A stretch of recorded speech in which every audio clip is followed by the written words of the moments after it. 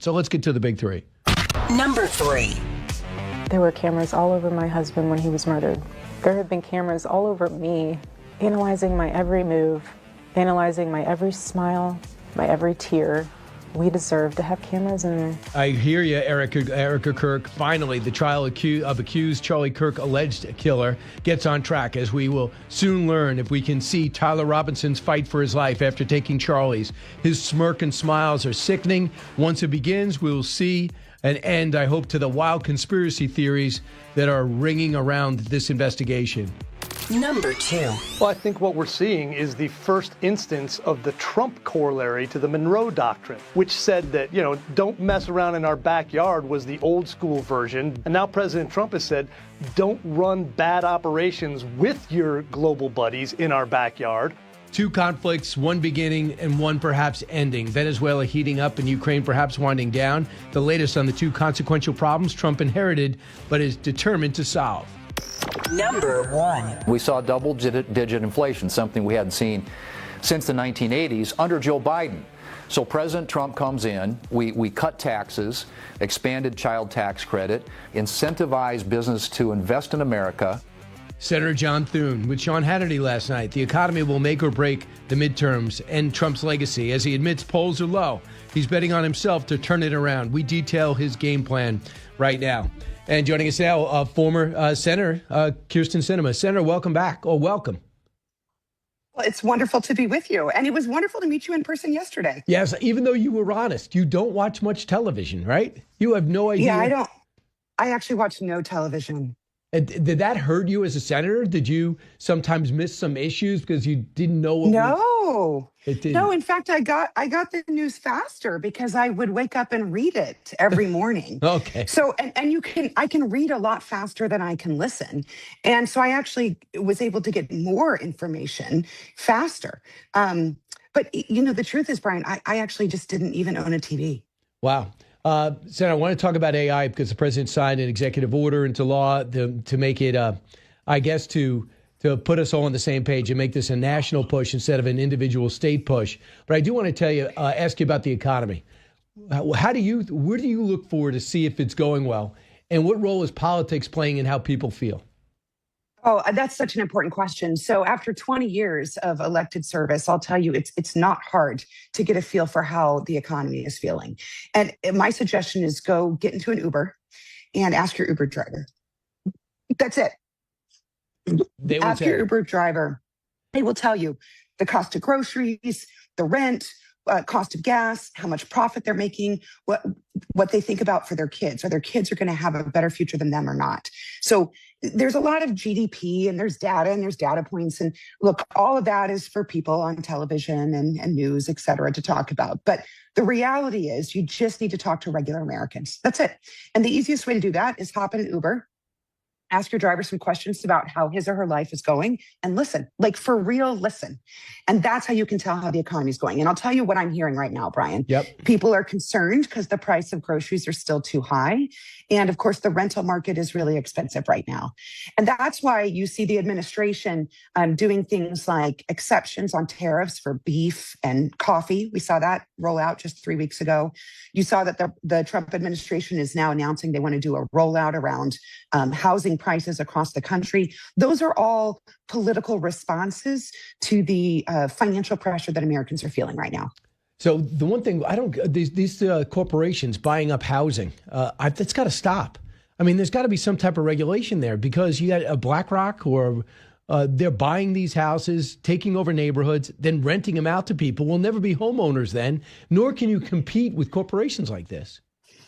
So, most Americans understand that like the pinnacle of the American dream is to own your own home. That is the American dream, right? So I remember I was very poor growing up, Brian. I don't know if you remember my history, but I was actually homeless for a period of time in my childhood. So for me, becoming a homeowner was it. It was like, I've made it. I've hit the American dream. And that is what Americans dream about. And so there's got to be some movement in the market where people who are renters can see the dream of home ownership and then feel it and get there. And that's I think, where the focus should go in housing right now. I hear you. Let's talk about the AI race. So the president yesterday signed an executive order with the goal of creating one national AI rule book to wipe out the chaos of competing state laws. They had this in legislation. Both sides ripped it out. They were actually going to put this in, but they couldn't agree. So the president took things into took it on himself with an executive order. Your thoughts about why that may or may not be necessary? Well, I do think we need to have one national standard.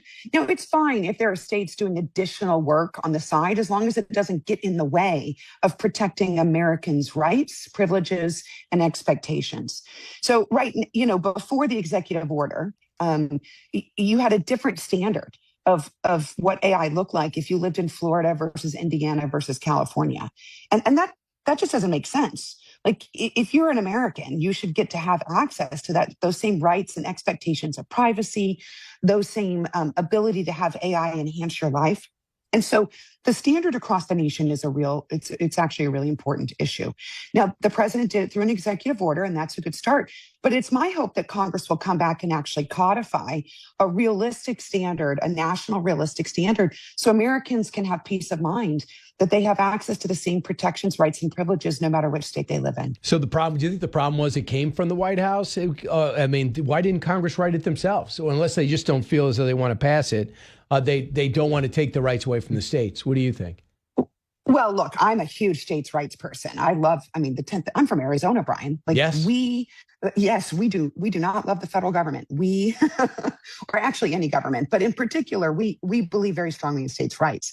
The issue here, in my opinion, is not about a 10th Amendment issue. This is about whether or not you as an American get the same rights and privileges depending on where you live. And look, I think Congress can come to an agreement here. It's just going to take them a little bit longer. Brian, this is no surprise. Congress hates to act, right? They try not to, and then they wait until the last minute when they have to. And the president's and the White House's opinion is that the AI race against China is so integral and so urgent that we cannot wait. And we can't allow a state like California to create restrictions that hold back the entire industry and that make it harder for Americans to benefit from the advancements of AI. Here's what the president said yesterday is his primary focus, cut 44. We also know that a big part of our economy, it could be 50, 60% of our economy going forward for a period of time at least, especially during the startup, is AI and AI-based. We have trillions of dollars of construction going on, and that construction would stop, or it would certainly be, a lot of it would be halted. So, look, we're leading China. We're leading China by a lot. China knows that, and not doing this would be the greatest gift to China and other countries, but China in particular, that China has ever received. Well, do you agree with that, number one? And number two, do you think we're beating China? We are ahead of China in the AI race at the moment. Our models are superior. Our compute power is superior. However, that could change very rapidly. And there are a number of things that we've got to do in order to stay ahead of China in this, what I believe is a national security imperative for our country and for the whole globe. You know, as I said yesterday on Fox and Friends, if we don't win this race against China, then China will dominate the AI models, and then Chinese values will be the values that are communicated to people around the globe, and that's a very, very dangerous proposition. And the problem is power, right, Senator? And the power. China will spend exactly right. $560 billion on grid projects in the next 5 years, up 45%. Can we match that? We can. Now, the National Energy Dominance Council is a council that was established by the president. It sits in the White House. Its job is to coordinate a whole of government approach between all the agencies to increase domestic energy production. And in the short term, that means natural gas. In the long term, that means nuclear. Can we do it? Absolutely. But do we need help to get there? Yes. Brian, Congress has got to put its head down and work together to do permitting reform early next year that will allow us to move faster on these projects. We have the capability to create enough domestic power to power the AI race and win it, but we've got to unleash some of these companies to do this work. And we can do that, Brian, while still protecting all of our environmental concerns, which make us better than China. So, Senator, looking back now and having a chance to talk to you, I mean, we just had so much respect for the way you were fighting just for logic. You weren't fighting for Republican or Democrat, and that's why you ended up an independent, perhaps. But what was it like being one of two senators, even though others claim to be moderate, to continue to take on the White House when necessary, on the filibuster, on the Build Back Better plan, on adding 2 states, and take them on the border? What was that like for you with Joe Biden as president? You from your own party, maybe taking a lot of heat. Well, I'm an Arizonan. I was born and raised in Tucson, Arizona, so I'm used to taking the heat. So the good news is that was something I've been doing my whole life. And Brian, the people who know me and the Arizonans whom I served for 20 years know that I always would stand up and do what I believe is right, regardless of political pressure from any party or any people. And so for me, it wasn't hard to make the decision to do the right thing. But I'll tell you this, Brian, in those last 2 years of my service in the United States Senate, as you'll recall, I was an independent for some of that time. I said to my colleagues over and over again, I know you're unhappy with the positions I'm taking right now, but I promise you that in less than 2 years, you will be grateful that I have done this. And that's in specific to the filibuster, Brian. And that has borne itself out every single day. Every single day. The filibuster was designed to create comity within the Senate and to force people to work across the aisles and compromise. Neither party likes it when they're in charge, but every party loves it when they're in the minority. And I believe that tool should be there, regardless of which party's in the majority, to temper the passions and the excesses of either party. And that's exactly what it does. And on the other issues, Build Back Better, originally, they came out with a $6 trillion plan that would have bankrupted our country. And I said no. They wanted to raise taxes on Americans all across the country. It would have crippled our economy. I said no. And I'm really glad that I did those things because we would be in a much worse position today if I hadn't stood strong for the people of my state and country. Senator, when was it clear to you, Senator Sinema, that Joe Biden cannot serve another term? I never talk about the private conversations that I have with other elected officials. I know that I'm the only person in Washington, D.C. who had that rule. But so I won't share any of the personal details, but I'll tell you that it was clear to me that for 2 years that President Trump was going to win re-election when he ran in 24. It was clear to me for 2 years. And my colleagues knew it because I told them every day, and gosh, they really got sick of me saying it. And I was just telling them because I saw the handwriting on the wall. I would come home to Arizona every weekend. I would talk to voters and listen to them. And I would go back to DC and I would say to my colleagues, you guys, this is what's going to happen. This is what's coming. President Biden is not going to win another term, and neither is a replacement if he were to choose one. And they just were unwilling to see the reality. And Brian, I'm gonna go esoteric for just a second and say this. One of the challenges I see in government is that people are so committed to their own ideas of what they want things to be that sometimes they have trouble seeing things for what they are. And the key to success is to understand what things are at the moment and then figure out how to work in that setting right there, given the reality that you face. It's practical, it's pragmatic. I know the left and right don't love it, but that is how you get stuff done. No, I hear you wholeheartedly. I just don't wonder if we're going to get to the point where people are going to go, okay, this is what I want to happen, but it's not possible. So what's the best I can get? And then people feel as though if you compromise, you're going to get primaried. And I think both parties are guilty of this, don't you think? Oh, absolutely. I mean, I'm now sitting here as a one-time Democrat, always a moderate, now an independent, and not serving in public office. So yes, I do agree with you wholeheartedly. But the reality, Brian, is the only way that changes is if voters change their behavior. So you know what I used to tell folks when I would meet them at either fundraisers or gatherings? They would say, what can we do to help adjust the situation? And I said, the number one thing you can do is support someone who's running for office with whom you agree with only about 60% of the time. Because that person's thinking for themselves. Yeah. Right? And so go support someone you don't agree with 100% of the time. That means that person's thinking on their own.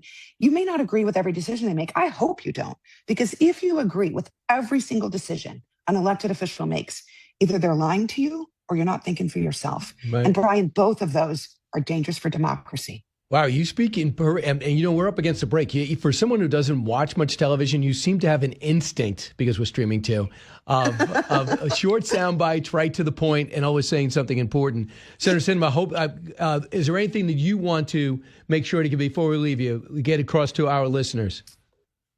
Oh, I'd love to come back because there's a lot more I'd love to talk with you about. And it's been a real pleasure, Brian. And be open to the AI revolution, because you're at the cusp of it. Senator Krysten Sinema, thanks so much. Thank you. Have a great day. All right. By the way, it's hard for me to say Krysten Sinema because I have a Kirsten who is my middle child, but I understand what Krysten goes through because everyone mispronounces my daughter's name. And she always says to me, why didn't you just name me Krysten? It would have been so much easier. Back in a moment.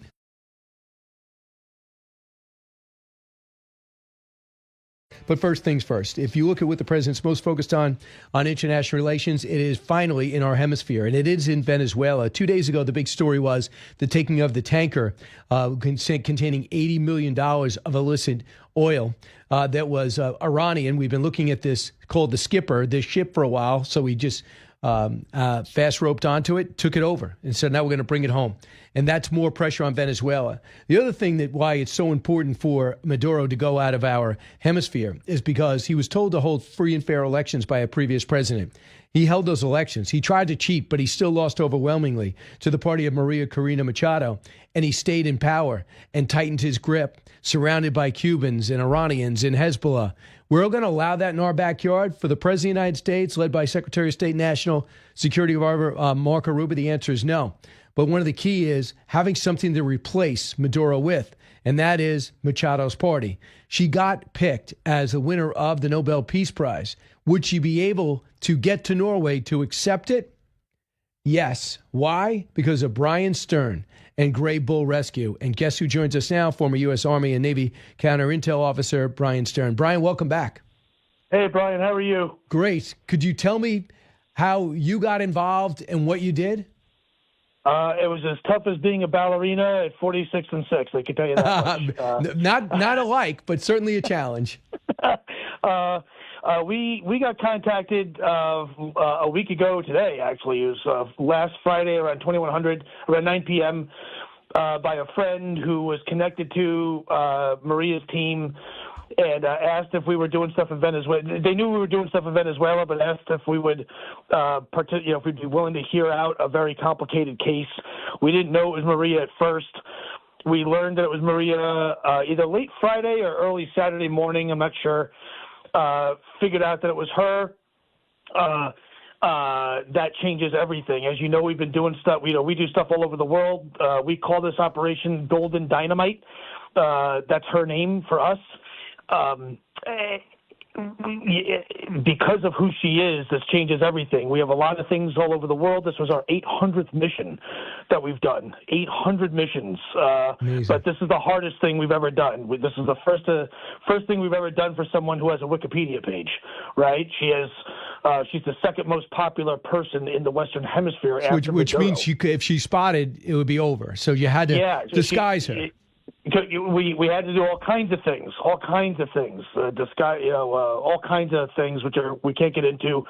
But that was so that all started on Saturday. We started planning Saturday all day. Continued to plan Sunday. We deployed forward to the region. Went back to the region on Sunday, and set conditions for Monday. And we initiated operations on Tuesday. And here we are. Some on land, some on sea. There was a land piece, a maritime piece, a very large maritime piece, and also an aviation component as well. She had to fly to Norway from the Caribbean. When, at what point during the operation did you feel like it was secure? When I saw her in Norway. That was it. When I saw Maria hug her daughter, is when I took a deep breath, because at that point we're out of the, our piece is done. We were out of the game at that point. We actually did not do the aviation piece. We were supposed to, we were about to, we were ready for it. But for lots of really good reasons, we didn't have to. They had that sorted out. So that was better for us. Did that have anything to do with the F-16s or the fighter jets that flew over 72 hours ago? No. It was more about Maria has people on her team that have access to cheaper planes than we do. It was really a cost. It was more of a cost thing than anything else. So you got her. You had to get her out. There. You had to get her through checkpoints, and people would recognize her. So I imagine she had to be disguised. I don't want to get into how everything went down on the land because we still have ops going on. This is still we don't want to put sources and methods at risk. But suffice it to say, it was dangerous for her, very dangerous for her, dangerous for everybody involved, frankly. She did not complain, you said, and it was extremely cold. And you also said the waters were extremely choppy, but that helped you. How? So we were in 5 to 10 foot seas, depending on timing, which was miserable in a small fishing boat. I will tell you, we had on one of the boats, we had a very seasoned operator who's a very former Marine, who is a very seasoned guy, and he was vomiting for 9 hours. For perspective, it was cold, it was wet. This is happening in the middle of the night in pitch black darkness with cloud cover and almost no moonlight. And Maria didn't complain once. I've never, it was inspirational. She's been a hero of mine for years. Being asked to participate in this, let alone lead this operation, is probably the greatest privilege that I'll ever have in my career, for sure. So when I met her, I was frankly starstruck. She's a hero of mine. I know I've been following her I've been on her Twitter feed for years. To meet her and then to watch her be the Iron Lady that she is, went from, I thought she was a rock star to pretty impressive. And I'm sure that's reassurance too, because there's no doubt about it. Maduro's got to go, and she's the one that will replace. She says she's got a 100-day plan, and I believe her. Brian, congratulations on your courage and your success. For people, if you have some money and time, go on to Gray Bull Rescue's website and help them out. They're a nonprofit just saving the good people in this world. Brian, thanks so much. Thanks, Brian. Appreciate you. Thank you. All right.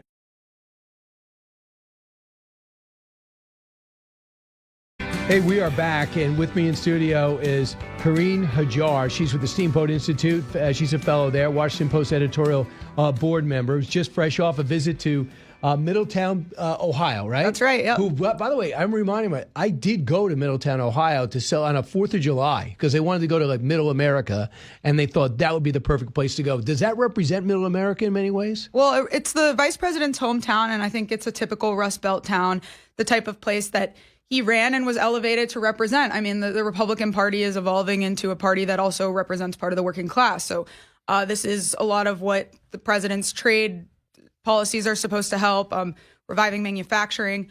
But I have to say, people there are really hurting right now with the cost of living. Small businesses are hurting with the tariffs and higher input costs for their businesses. So it was a really interesting trip. So it was an enlightening trip, I imagine, to see it up close and personal and not look at stats. Yes. So when you say products and tariffs, what products are being affected? Well, I'll give you an example. I went to a boutique on the main drag in Middletown, which if you actually read the vice president's book, has always struggled. I mean, this is a town that's experiencing post-industrial decline in the NAFTA era, the free trade era, all of that. But especially now, if you go I talked to an owner of a fashion boutique, and she said, this isn't like a big box store or like a online shop where I can hold on to some of the prices for the price input increases for a bit. She was saying that, I have to pass those on to consumers. So clothes are going to be more expensive. She had a hat bar, for example, where you could decorate your hat. She's had to look for different vendors to help her business just to cut prices. So in other words, the manufacturing moved out. So to bring it back, the president said, let's make it course effective to make it here. But what do you do in the interim? Well, we wait to make hats here. We wait to make shirts here and bring shoes back.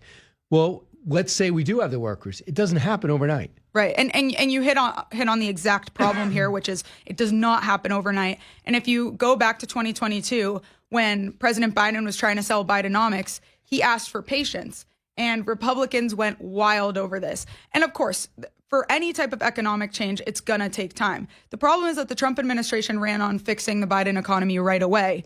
The president said there would be precipitous price drops right away. And again, like any policy you're going with, it's going to take time to restructure the economy. Personally, I see tariffs as a tax. But either way, however you feel about them, it's hard to sell to voters that you have to struggle in the meantime when you were promised immediate relief. So there are people that were Trump voters that were frustrated. Yes, they were frustrated, but they were willing to wait. I think that's the difference. I met a lot of people who are just not willing to wait.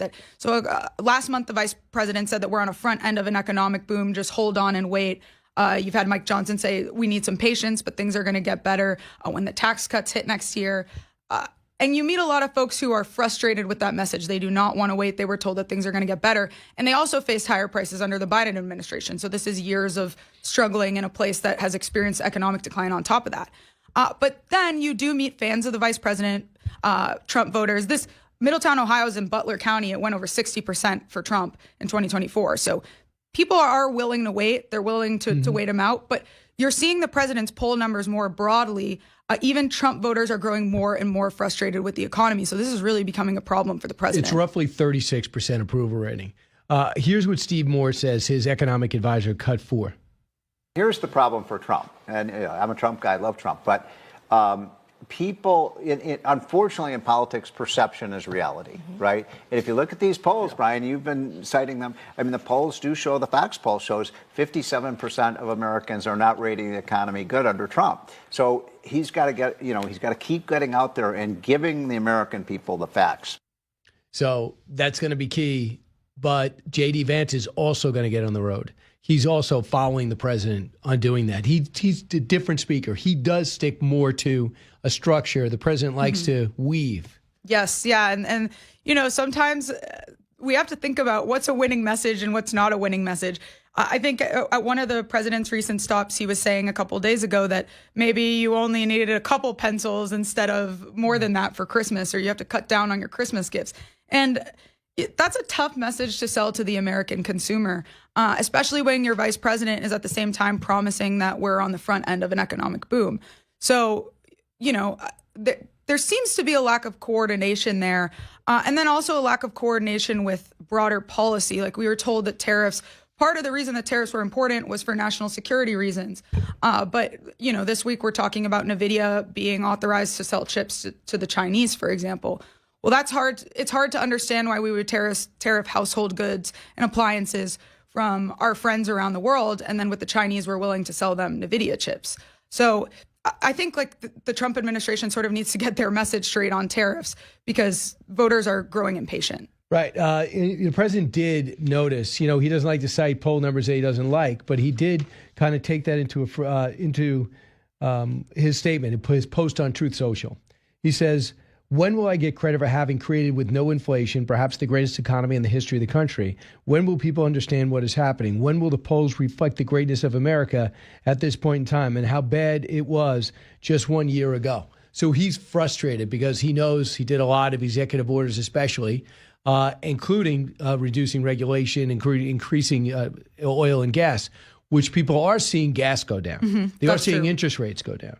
That's true. Actually, that's one thing that did come up in a lot of interviews, that the one place that people could really cite relief was on gas prices, on energy prices. But then they talk about the fact that if you look right now at the car market, people are not buying cars as much.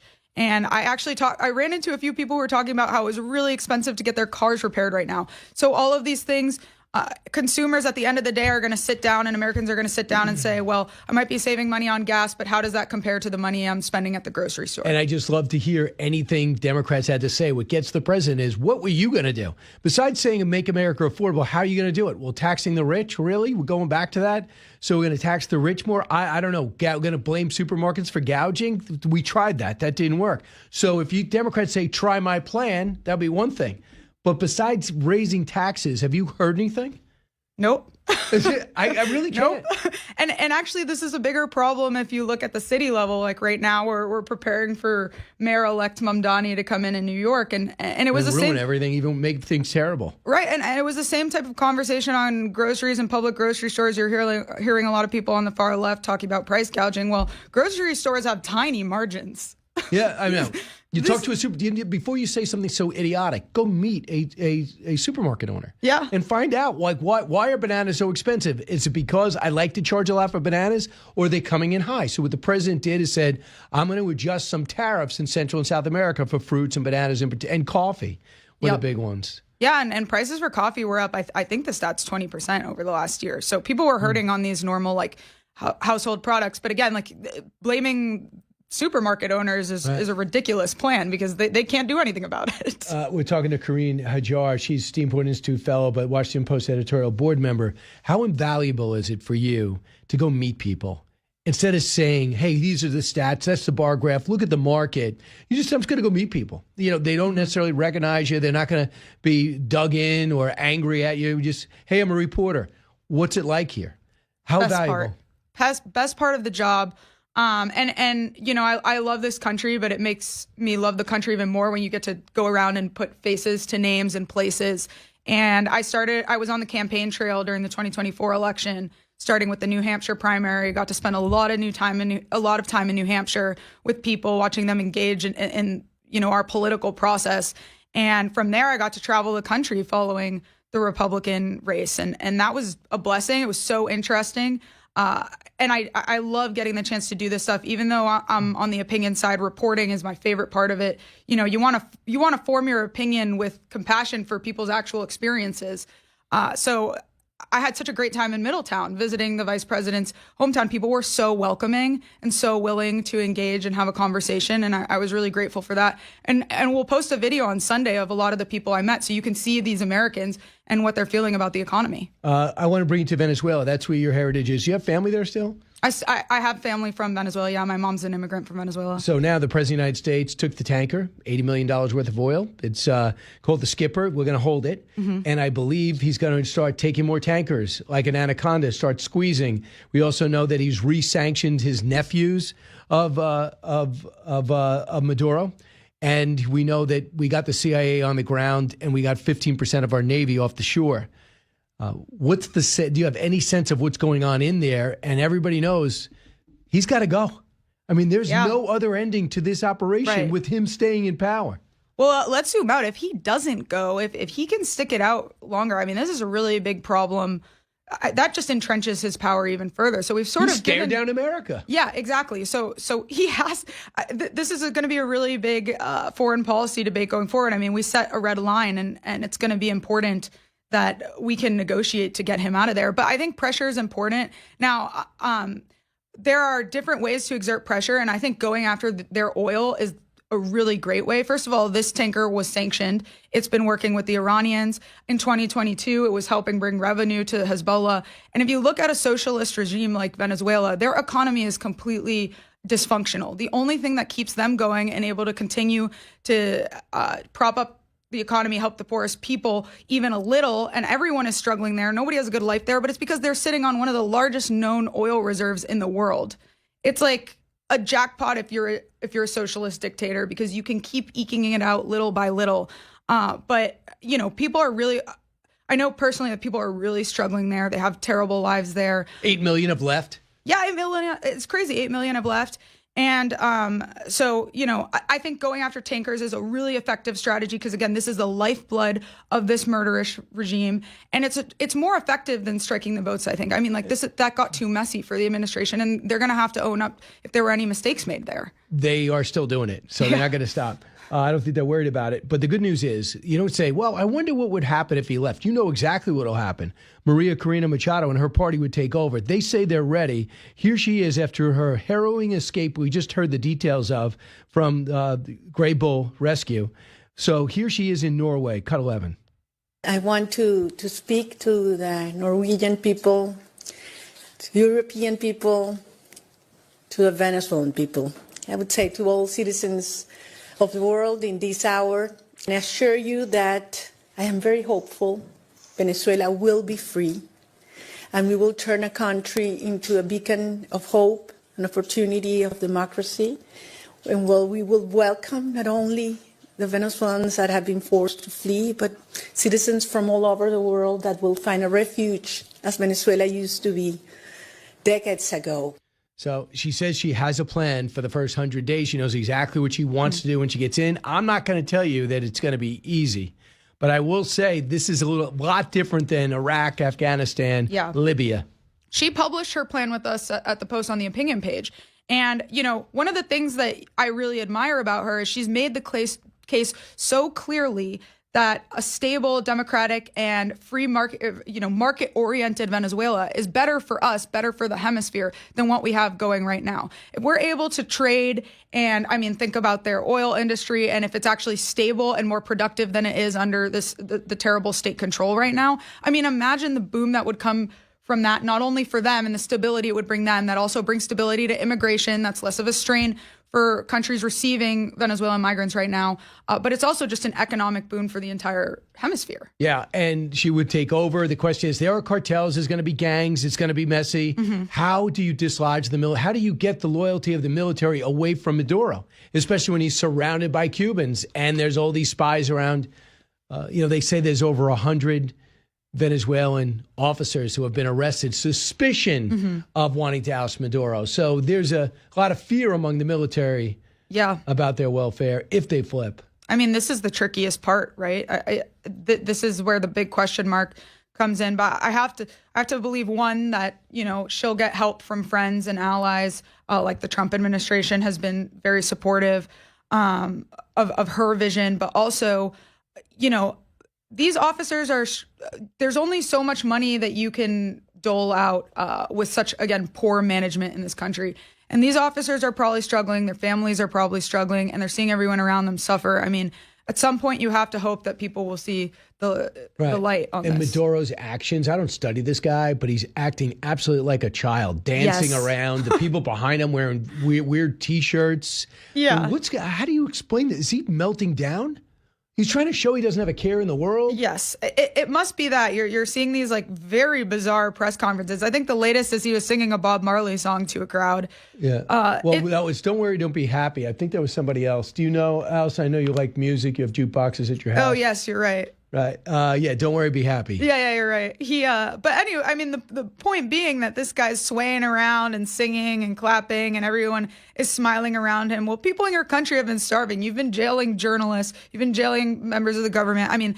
People like Maria Corina Machado have to be in hiding and then go through these harrowing extractions to be able to accept her Nobel Peace Prize. This is not the friendly type of regime that he's trying to project it as. I hear you. Carine, great to see you. Thanks for doing this. Your prediction on where J.D. Vance will be a year and a half from now, still as a front runner, do you think get the nomination? Do you get the sense?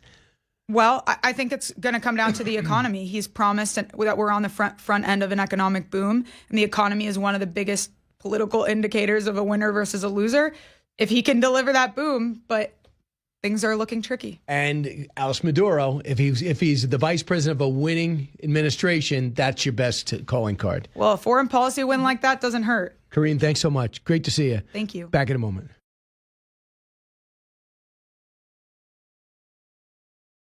There are people who have been prosecuted and who have been sentenced.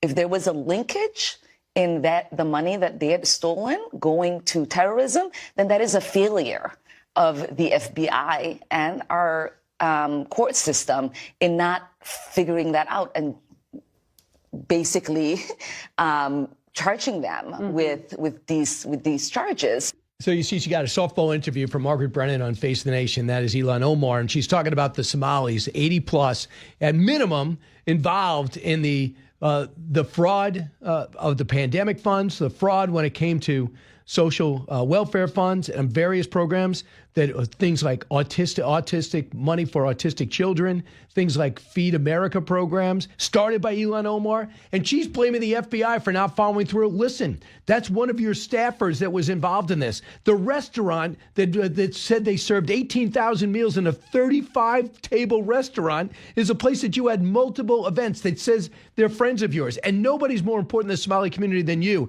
Are you going to tell me in your constituency, in your district, you had no idea this was going on? Griff Jenkins joins us now, Fox and Friends Weekend, getting set to do 8 hours.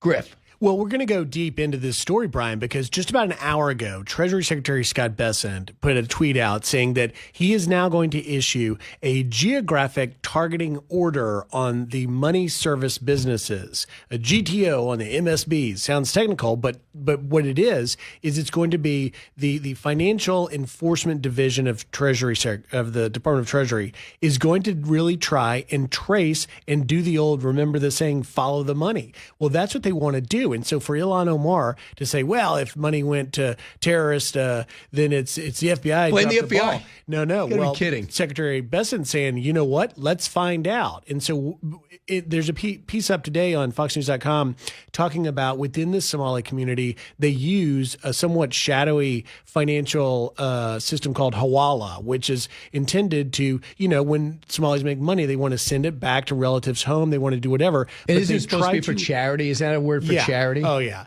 But they're trying to, avoid the paper trail, not going through normal banking services so that there's less of a footprint of it. And so this is what Bessent wants to get to the bottom of. And, to be fair, so far, all the prosecutions of 60 plus people, most of whom are Somali in the fraud investigations that have happened to date, did not have ties to terrorism. So here's the tweet you're referring to. Egregious fraud, 1 hour ago. Egregious fraud in Minnesota has cost taxpayers hundreds of millions of dollars, actually $1 billion, by the way, including funds sent to Somalia through many money services, businesses, which provides financial services outside of Formula Bank. Under President's leadership, Treasury will not stop until we get to the bottom of it. And by the way, it says show more, so let me show more.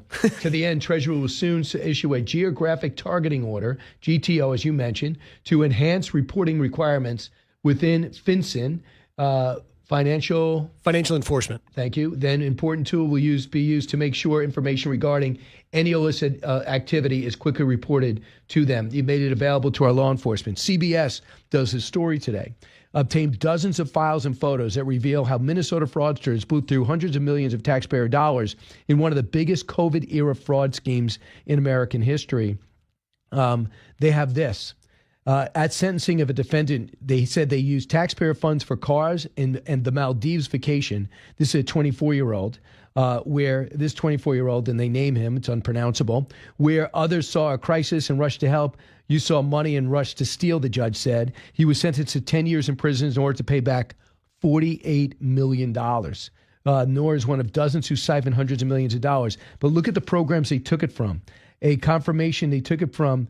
They took it to get lakefront property in Minnesota, receipts of wire transfers to China and East Africa, first-class tickets to Istanbul and Amsterdam, a confirmation of an email for an overnight stay in a villa in the Maldives, and a 2021 Porsche. Stacks of cash, pictures of stacks of cash texted between defendants. Bundles of cash, luxury cars, resorts in the Maldives. Come on. I think the best part, and I applaud CBS for doing this, they went deep into many of the investigations and prosecutions of these individuals.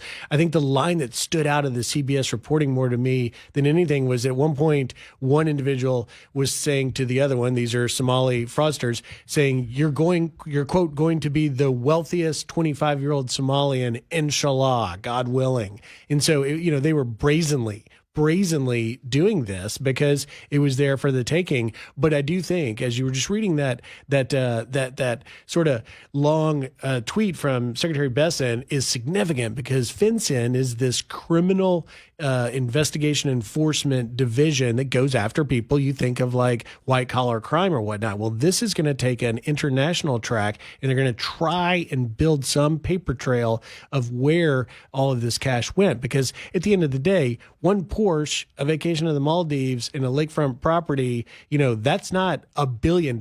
Where did all the money go? And did it go to Al-Shabaab, which is an affiliate of Al-Qaeda? Now, that's what Chris Rufo says it ties to, but that's what we're great at that. One of the reasons why we were successful in the war on terror is unwinding the money. Right. Finding out where it was going, where it was from, and where it was going. So if you think about it, that money goes to Somalia. And then Al-Shabaab gets it. It goes right to the Middle East. It goes over to Europe. And this helps fund some of the terrorist activities that are hurting the West. Right. And, it's also, if you broaden it a little bit, this is part of what we're doing with regards to Venezuela is built upon the ability to us follow the money. We're following the money, the Cartel del Soles, the Cartel of the Suns that Maduro allegedly is the kingpin leader of. They follow, and it's not just Venezuela, the Mexican cartels. That's how we've caught some of these big guys, by following that money trail. And what's startling to me is that while you had years of this fraud in the Somalian community in Minnesota, why wasn't Biden's Treasury Department trying to figure out, wait a minute. You know, they did. You know, it turns out the investigation started under Biden, and they started to discover that the governor was punishing whistleblowers. Right. So not going after the actual criminals, but going after those that are trying to expose it. Look, I think, do you want to hear the name of these companies? Yeah. Think about this. Do you want to be evil personified? They were taking money from a program called Feeding Our Future, a nonprofit to give money to food to the poor. It claimed federal funds there, and they used them for other purposes. Partners in Nutrition, a nonprofit sponsored multiple meal distribution sites for those people, the poor people that were eating terribly and wanted to eat more nutritiously. They took money from Adult Day Services, S&S Catering, Lake Street Kitchen. They took money from Housing Stabilization Services and various other charitable claims. So this is evil. Robbing from children, yes. Elderly services. I mean, I think, as people learn more and more about this, with regards to Governor Tim Walz, he at very best was incompetent to not have really gone after it harder, or he's corrupt insofar as looking the other way and allowing it to happen for fear of trying to label an entire community, the Somali community, racist or we're being unfair by going after him. At the end of the day, this is like a Ponzi scheme on steroids. 2/3 of the people, or 9/10 of the people, are related to some type of Somali heritage, whether they're legal citizens, green card holders, or here illegally. So that's important to point out, especially because I believe 80% of them are still on some type of social welfare. When you come to this country, you can't spend 10 years on social welfare. That's not the way it works. We used to give nothing. We used to have to prove that you had a job before you got here. You go back on the boat. I mean, we've overcompensated with money we don't have. We have. And, it doesn't get talked about very much, but under the 4 years of President Biden's border crisis, one of the things that was not enforced was the work requirement for people that were under temporary protective status. It had TPS. Venezuelans had it, and Somalians had it. It's going to be interesting, too, to see if they'll follow the people that try now and self-deport. Remember, we've had 2.5 million people leave the country after this administration has been encouraging that, even giving them a stipend to go. You wonder whether some of the Somalis that have not been charged, that know they're going to eventually be found out, will try and get out of the country before we get them.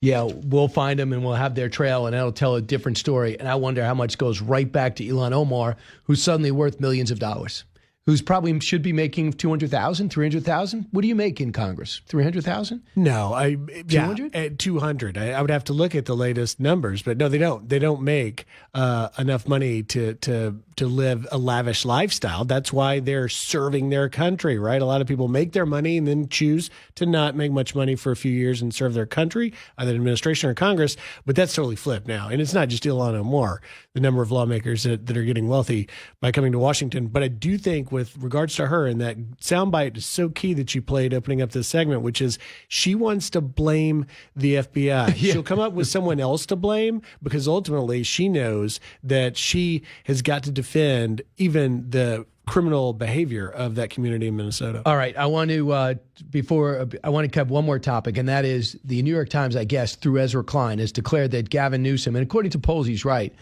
is the front runner for the Democratic nomination. He's up 6 to 8 points with his approval rating in California, even though I can't name one positive thing he's done except attack Trump. Now with Ezra Klein, he talks about, I guess he's blaming Trump for the poverty and homelessness in California. Try to make sense of this, Griff, if you can. Cut 50. Savage's view is that California is a kind of hellscape, but there are some set of problems that from his perspective are visible, that from your perspective are harder to see. Well, I mean, the affordability crisis, he's 100% right. Mm-hmm. The poster child of our failure as a state is the issue of poverty that's out on the streets and sidewalks as it relates to encampments and homelessness. Yes. Yeah. Yes, that's the problem. You said you were going to solve homelessness. You increased it.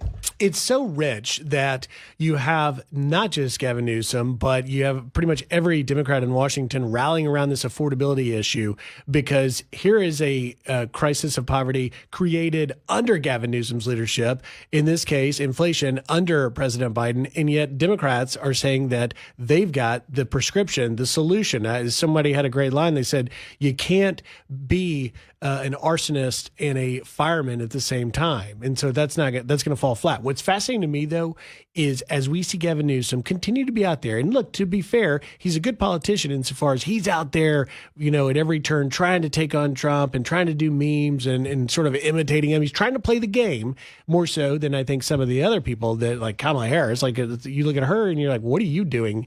There's a DNC winter meeting. Newsom's there. Harris is there. We'll see what comes of it. But at the end of the day, what's fascinating to watch, keep your eye on these progressive primary challengers. Yeah, because in the House. At the end of the day, Gavin Newsom's biggest threat to him getting the nomination is a guy named Bernie Sanders. And he is never going to be president, but he is a kingmaker insofar as now he is too old. Now he's too old. But he's got to get somebody in. But he's still a kingmaker, getting these progressives on the heels of Mamdani's victory. Well, here's what's scary. Primary races. Here's what's scary. If someone does get the nomination with Bernie Sanders' help, they'll end up like Joe Biden, who has to sacrifice any type of moderate agenda for that left-wing green agenda, which is, by the way, dead in the water. That's one of the most undertold stories.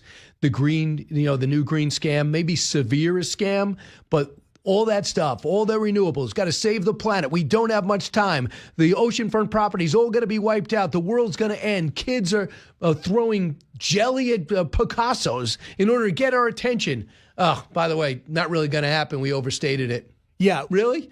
Really, you ran on that. You jammed the Inflation Reduction Act, which is the new green scam, down our throats for all these years, Solyndra on down, and now you're admitting you wasted our money, our time. Democrats lost in 2024 because progressives took the party over and Americans didn't buy it across party lines. Now you're seeing Democrats trying to take it over again with progressives. Michigan coach in jail at this hour. Not only does he lose his job for an inappropriate relationship, then he gets jailed for an attempted assault. We don't know the details, but it seems to be at his girlfriend's. Here is Rich Eisen on what he was learning as he talks to Adam Schefter of ESPN. Something this week developed that the school felt like it had irrefutable evidence and was left no other choice. I am gutted. I am shocked. I'm dismayed. I'm depressed. I'm disgusted. Every single emotion that you think I would have, I've got. It took no less than 90 minutes after Ohio State thumped the University of Michigan in the Big House just a couple of Saturdays ago. It took no fewer than 90 minutes for me to hear the rumor about this. That suggests, and that's really interesting coming from Rich Eisen, he's a well-sourced guy in the sports world.